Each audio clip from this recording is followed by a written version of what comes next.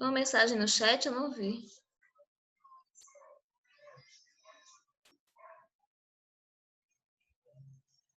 Admitir. Vamos lá? Tá muito escuro aqui, meu Deus. A nossa aula hoje é sobre funções da linguagem. A gente vai focar nas questões do Enem, especificamente sobre esse assunto. Alguém pode ler esse primeiro texto para a gente?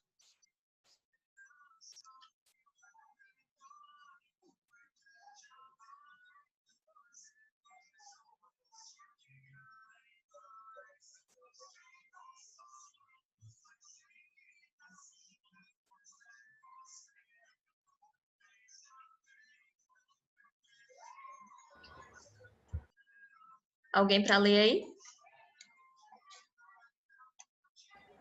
Eu posso ler. Leia. Ó pátria amada, idolatrada, salve, salve. Brasil de amor eterno seja símbolo, o lábaro que ostentas estrelado. E diga o verde louro dessa flama, paz no futuro e glória no passado. Mas se ergues da justiça a clava forte, verás que um filho teu não foge à luta, nem teme quem te adora a própria morte. Terra dourada, entre outras mil, és tu, Brasil, a pátria amada. Dos filhos deste sol és mãe gentil, pátria amada, Brasil. Muito bem.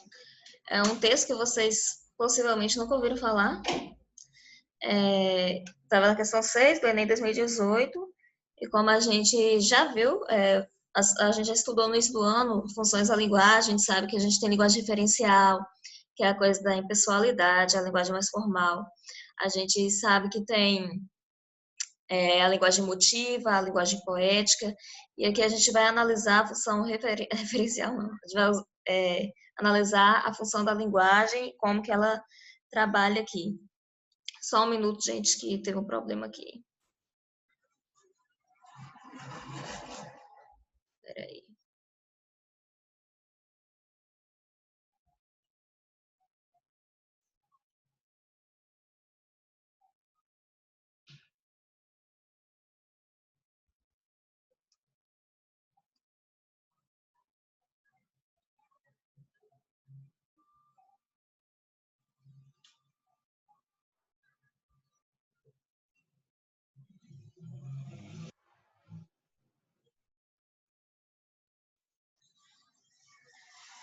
Então, vamos ver aqui. Essa aqui é a letra do hino nacional. A questão é a seguinte: o uso da norma padrão na letra do hino nacional do Brasil é justificado por se tratar de uma, letra A, reverência de um povo a seu país. Letra B, gênero solene de característica protocolar. Letra C, canção concebida sem interferência da oralidade. Letra D, escrita de uma fase mais antiga da língua portuguesa. Ou letra E, artefato cultural respeitado por todo o povo brasileiro. Quando eles escrevem a letra do hino nacional com essa linguagem, com a norma padrão, qual é o objetivo? Por que isso se justifica?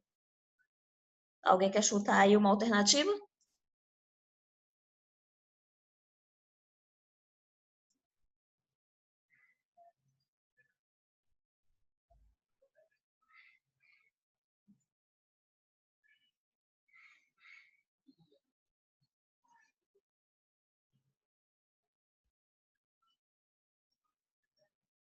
Ninguém?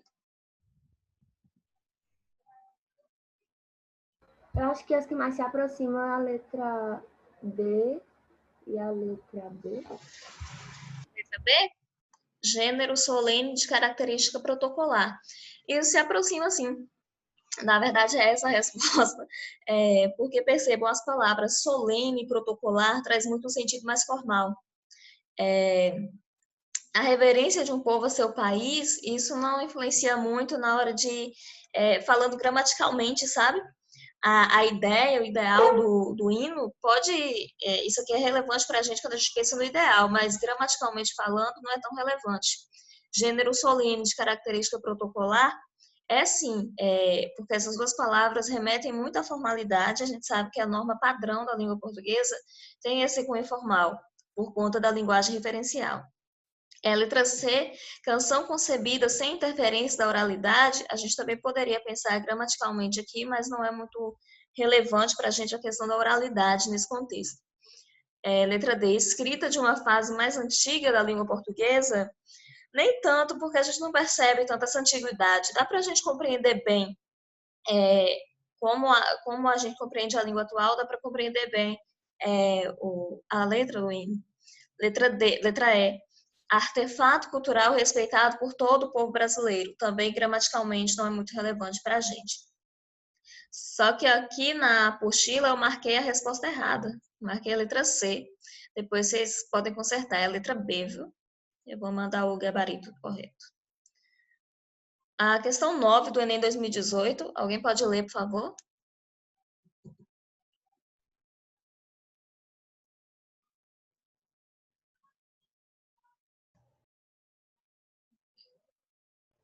A imagem da negra e do negro em produtos de beleza e a estética do racismo.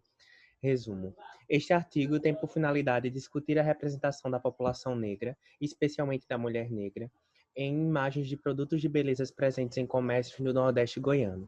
Evidencia-se que a presença de estereótipos negativos nessas imagens dissemina um imaginário racista apresentado sob a forma de uma estética racista que camufla a exclusão e normaliza a inferiorização sofrida pelos negros na sociedade brasileira.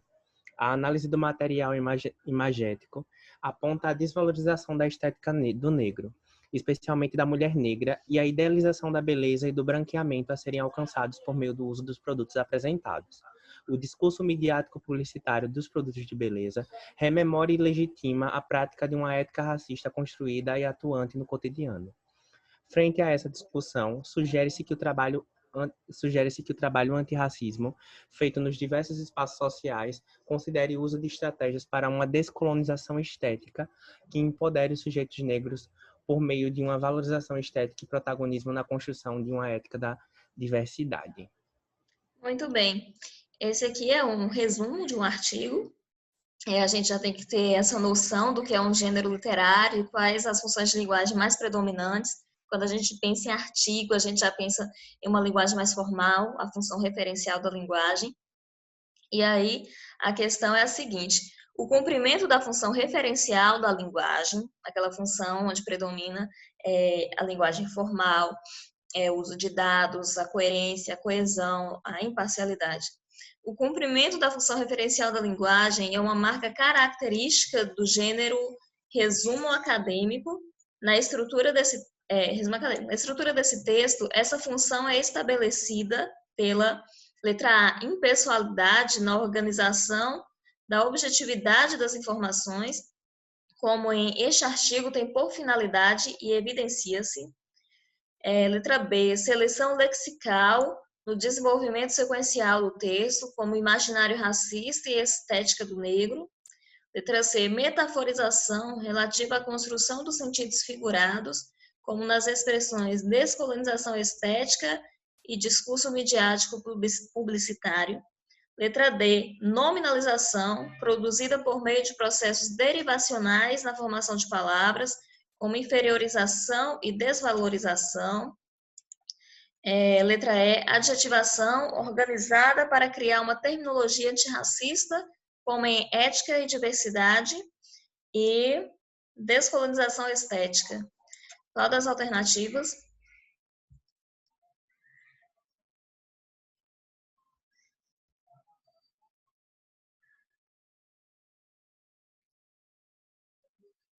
Acho que impessoalidade, né?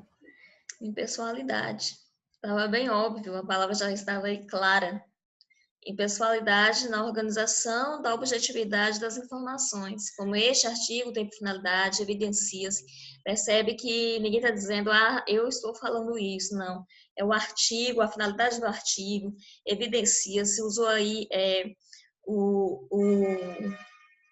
período verbal, o modo verbal no presente indicativo, este artigo tem por finalidade, evidencia-se.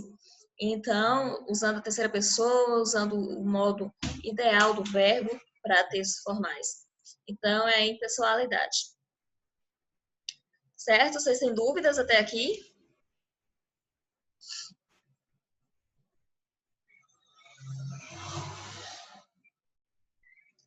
Tá tranquilo, né? Vamos lá. A questão 27 do Enem 2017, a gente já corrigiu ela em outra ocasião, mas eu acho ela bem legal, então vamos resolver de novo. Alguém pode ler, por favor?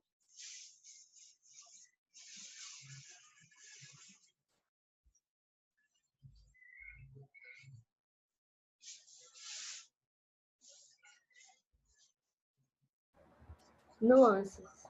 Euforia, alegria barulhenta. Felicidade, alegria silenciosa. Gravar, quando o autor é de televisão. Filmar, quando ele quer deixar claro que não é de televisão. Grávida, em qualquer ocasião. Gestante, em filas e assentos preferenciais. Guardar, na gaveta. Salvar, no computador. Salvaguardar, no exército. Menta, no sorvete. Na bala ou no xarope. Hortelã, na horta ou no suco de abacaxi. Peça, quando você vai assistir. Espetáculo, quando você está em cartaz com ele. Muito bem. Então, nesse texto, o autor ele pega alguns vocábulos que para a gente teria o mesmo significado e ele apresenta aí essas diferenças bem pontuais, bem mínimas, que mudam totalmente o sentido. Por isso, isso justifica o título, nuances, que nuances é um detalhe, praticamente, um detalhe que faz toda a diferença. E aí ele fala euforia, alegria barulhenta, felicidade, alegria silenciosa. Para a gente, meros mortais, euforia e felicidade é a mesma coisa. Guardar, salvar, gravar, filmar, só que ele aí apresenta esses nuances de forma bem, chega a ser irônico e bem pontual aí. E a questão é a seguinte, vamos ter a resposta, mas você já sabe. O texto trata da diferença de sentido entre vocábulos muito próximos. Essa diferença é apresentada considerando-se, letra A, alternâncias na sonoridade, letra B, adequações às situações de uso, letra C, marcação flexional das palavras, grafia na norma padrão da língua, ou categorias gramaticais das palavras. Finjam que vocês não viram a resposta e chutem.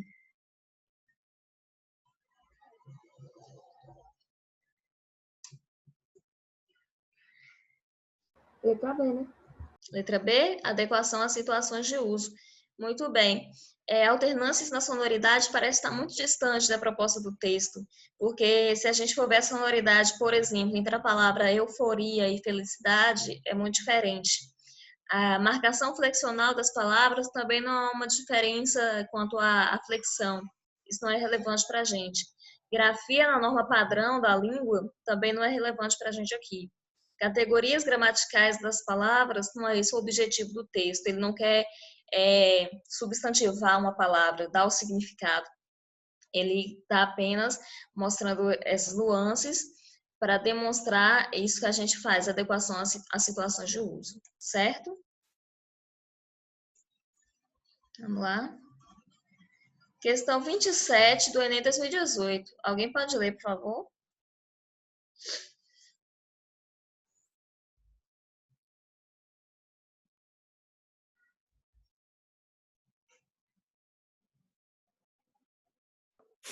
O rio que fazia uma volta atrás de nossa casa era a imagem de um vidro mole que fazia uma volta atrás de casa. Passou um homem e disse: essa volta que o rio faz por trás de sua casa se chama enseada.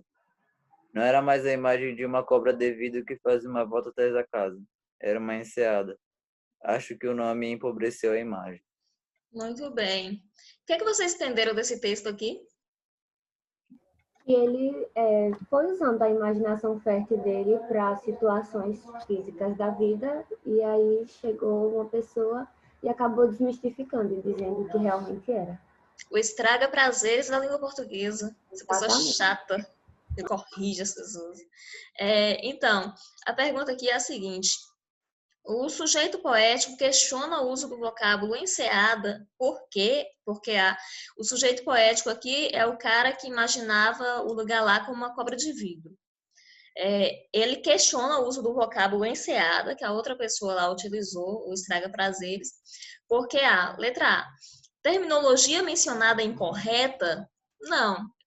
A pessoa que falou enseada, esse é mesmo o nome daquilo, enseada. Letra B, nomeação minimiza a percepção subjetiva. No caso, a percepção subjetiva é a cobra de vidro, quando o sujeito poético não sabia o nome, essa era a percepção subjetiva dele, e aí essa nomeação minimiza essa percepção subjetiva, é bem isso que acontece no texto mesmo. Letra C, palavra é aplicada a outro espaço geográfico? Não, é esse espaço geográfico mesmo. Letra D, designação atribuída ao termo é desconhecida? Não. Letra E, definição modifica o significado do termo no dicionário? Também não modifica. Então, a nossa resposta aí é a letra B. Nomeação minimiza a percepção subjetiva. Palavra difícil, meu Deus. Vocês entenderam? Sim. Vamos lá para outra. Questão 18 do Enem 2017. Alguém leia, por favor.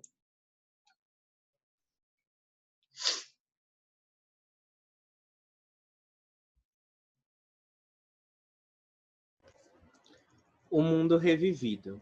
Sobre esta casa e as árvores que o tempo esqueceu de levar, sobre o curral de pedra e paz e de outras vacas tristes, chorando a lua e a noite sem bezerros. Sobre a parede larga deste açude, onde as outras cobras verdes se arrastavam, e pondo o sol nos seus olhos parados, iam colhendo sua safra de sapos. Sob as constelações do sul, que a noite armava e desarmava, as Três Marias, o cruzeiro distante e o Sete Estrelo. Sobre este mundo revivido em vão, a lembrança de primos, de cavalos, de silêncio perdido para sempre. Muito bem. O que vocês compreenderam desse poema? Eu, sinceramente, não entendi muita coisa, não. Então, a gente pega aí o título, né? O mundo revivido. Reviver é lembrar, ou lembrar é reviver, como diz aí a famosa frase. No último parágrafo diz assim, sobre este mundo revivido em vão, a lembrança de primos, de cavalos, de silêncio perdido para sempre. Então, ele está falando aí claramente que é uma lembrança desse mundo revivido em vão, porque se é uma lembrança, está no passado, não volta mais, então é um mundo revivido em vão. Ele lembra dos primos, dos cavalos, do silêncio perdido para sempre, ou seja, da vida que ele tinha, quem sabe, em outro momento. Um momento mais simples, já que ele está narrando aqui praticamente uma vida de sítio, né? Falando de curral, de vacas, de sapos, de cruzeiro, das Três Marias, que são aquelas estrelas. Então, são coisas muito difíceis da gente ver na cidade, a gente vê mais no campo. E aí, todo o parágrafo, ele começa, parágrafo não, estrofe, ele começa com a palavra sobre. Sobre esta casa e as árvores que o tempo esqueceu de levar. Aí o próximo, sobre a parede larga deste açude, sobre as constelações do sul, sobre este mundo revivido em vão. Então, quando ele escreve sobre tal lugar, é como se ele estivesse apontando para um lugar e evocando uma memória ali. Entenderam? Agora sim. Vamos lá. No processo de reconstituição do tempo vivido, o eu lírico projeta um conjunto de imagens cujo lirismo se fundamenta no, letra A, inventário das memórias evocadas afetivamente, letra B, reflexo da saudade, do desejo de voltar à infância, letra C, sentimento de inadequação com o presente vivido, letra D, ressentimento com as perdas materiais e humanas. Letra E, lapso do fluxo temporal dos eventos trazidos à cena. Qual dessas vocês acham que é?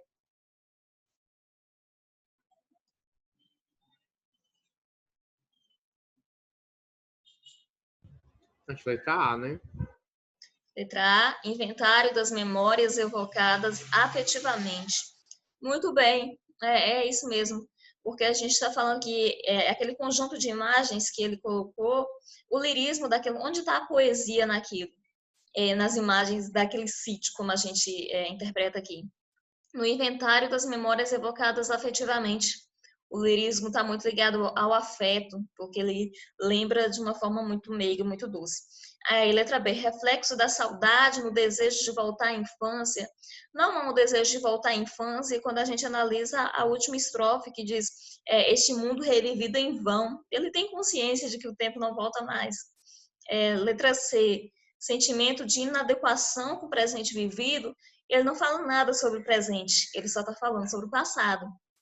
O presente fica subentendido. Letra D, ressentimento com as perdas materiais humanas. Não há um ressentimento, como a gente interpretou, ele lembra do passado com certo afeto. Lapso no fluxo temporal dos eventos trazidos acima. Não há esse lapso temporal aqui. Isso aqui é muito, muito forçado. Então, letras A, inventário das memórias evocadas afetivamente. Alguém tem alguma dúvida até aqui? Vale agora ou cale-se para sempre. Ninguém, né? Neste caso, a aula foi bem curtinha hoje, achei que ia demorar mais. Deixa eu parar aqui.